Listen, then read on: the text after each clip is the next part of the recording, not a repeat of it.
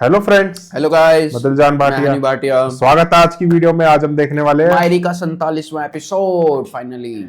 तो भाई देखते हैं। साहब, साइका के पीछे पड़ चुकी है राहीला। हाँ, इसको भगाने के लिए फराज इसको खा जाएगा, मुझे वो देखते देखना हैं भाई कौन जीतता है। मुझे तो तो अब चलो ये लग यार, रहा है स्टार्ट राहिला ही करते हैं। जीतेगी, जिस हिसाब से सारी तो इसकी चाल सक्सेसफुल होती आई है एंड से। अब मुझे ऐसा ही लग रहा है कि भाई लीड रोल इसका ही है मेन तो। देखते हैं, करते हैं स्टार्ट। चलो स्टार्ट आज क्या करती है बाकी ये आप मैम? लाइक शेयर सब्सक्राइब कर दो, बाकी चैनल्स को भी कर दो। डिस्क्रिप्शन में आपको लिंक मिल जाएगी। बिल्कुल।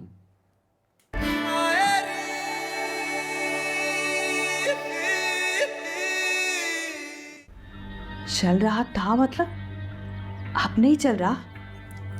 ऐसे बंठन के ऑफिस जाया करती थी जैसे शुरू से बिजनेस वुमेन हो। कमर में सरिया आ गया, ऐसे अकड़ के चलती थी। पता है, हम घर भी जाते थे ना तो उनके पास टाइम नहीं होता था हमारे पास बैठने का, हमसे बातें करने का। फहमी, ये वक्त ज़्यादा दिन नहीं चलेगा। बस तुम यूँ समझ लो कि भाभी का पुराना वक्त वापस आने वाला है। कारोबार चलाना नहीं आ रहा है उन्हें, नुकसान कर रही हैं। जब खबर से पूछा जाएगा तो वो क्या कहेगा पता है?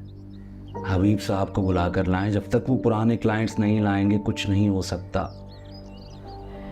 ये सुनाई ना तुमने मुझे खुशखबरी, दिल खुश हो गया मेरा ये बात सुन के। यार फहमी को क्यों नहीं समझ आ रही, गलत कर रही है। अब हम देखेंगे सज्जाद ने भी कि समझा भाभी दिया। कैसे अकेले बिजनेस पे कब्जा करती है। हम अपना हिस्सा लेके रहेंगे बिजनेस में से। नहीं नहीं, अब हम सिर्फ हिस्सा नहीं लेंगे, हम पूरा का पूरा कारोबार लेंगे।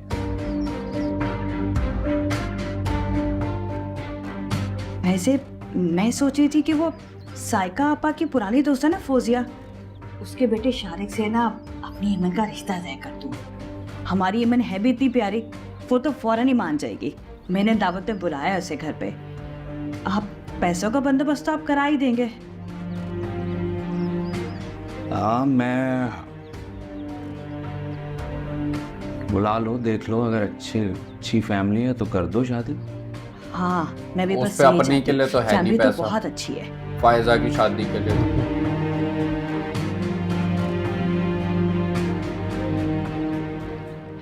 मुझे तो कुछ समझ में नहीं आ रहा है। ये कैसे मुमकिन है? आप मुझे समझाइए कि हमने सारे अपने टारगेट जो है ना पूरे किए हैं, तो खसारा तो नहीं हो सकता ना।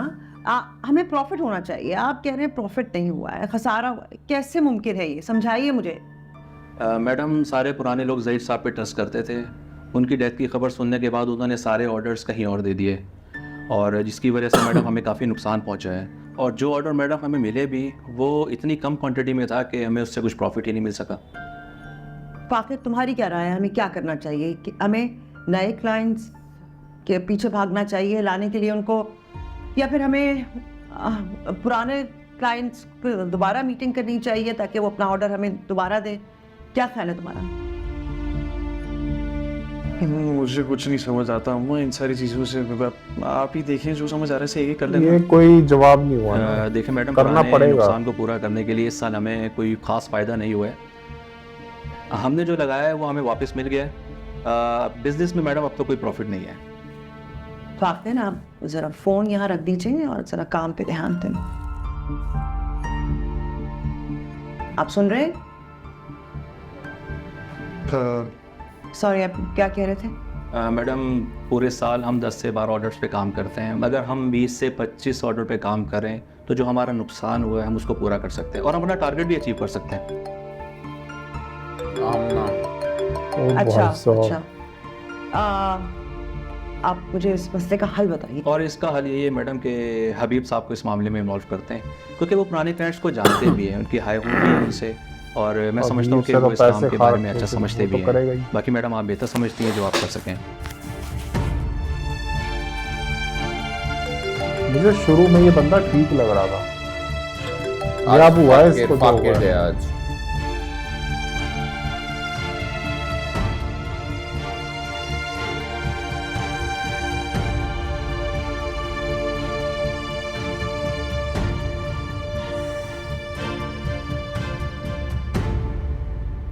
अरे फौजिया, तुमने तो कुछ लिया ही नहीं और खाना भी ठीक से नहीं खाया। अरे सच तो ये है, शुगर और अल्सर ने मुझे अच्छे खानों से दूर ही कर दिया है। इसलिए मैंने तुम्हारी निहारी और खीर नहीं खाई। मैं तो समझी थी कि तुमने पुरानी दोस्तों को इनवाइट किया होगा, इसलिए मैंने तुम्हें अपने परहेज़ का नहीं बताया।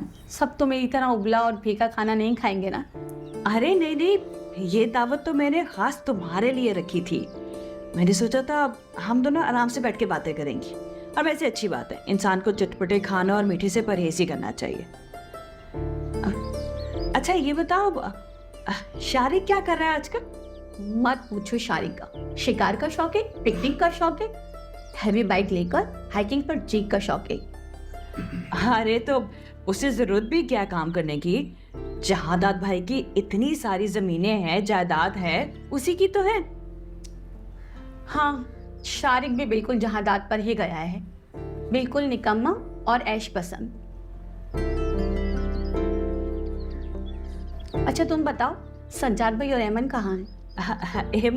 एमन तो पढ़ने के लिए गई है, उसे पढ़ाई का बहुत शौक है, और सज्जाद तो ऑफिस में है। मैंने कहा था हम दोनों आराम से अपनी पुरानी बातें याद करेंगी, इसीलिए मैंने तुम्हें लंच पे बुलाया, डिनर पे नहीं। वो दोनों वरना बोर हो जाते ना। अच्छा, अब बातें बहुत हो गई, बहुत देर हो गई, मैं चलती हूँ।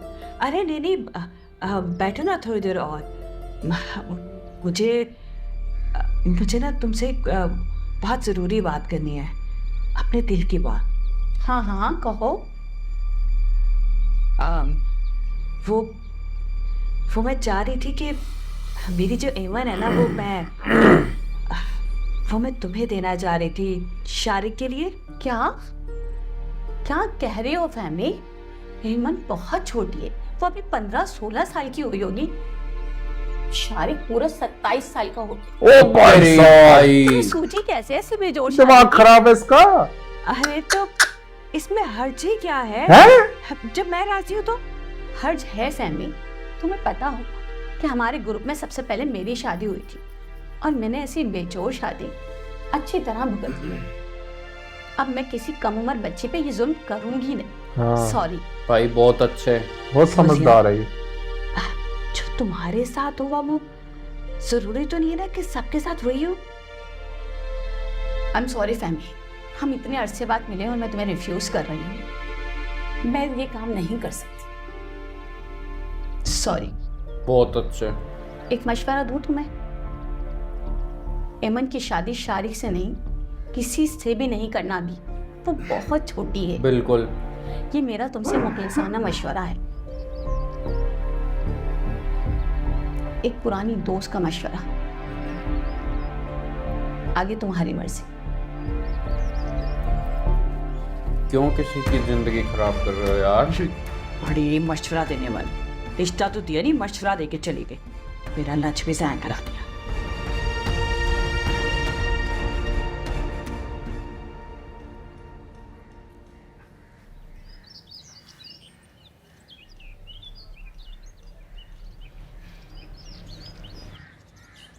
गुस्से में है नहीं। घर वापस आने का ख्याल आ गया आपको?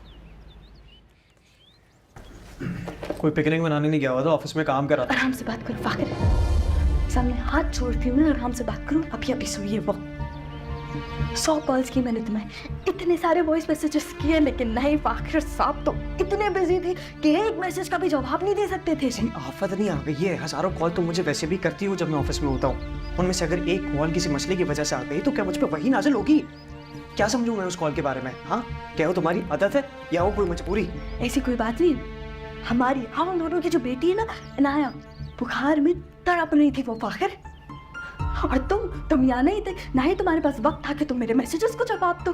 तो फिर एंड में मैं और मेरी माँ इसको रिक्शा में बैठ के डॉक्टर के पास लेके गए ताकि हम इसकी दवा लेकर आ सके। और तुम्हें पता है ये जिम्मेदारी किसकी थी फाखिर? ये जिम्मेदारी ना तुम्हारी थी, ये फर्ज तुम्हारा था, इस बात को समझो। तो क्या कहूँ मैं, अगर तुम लोगों ने एक दफा काम कर दिया उसका।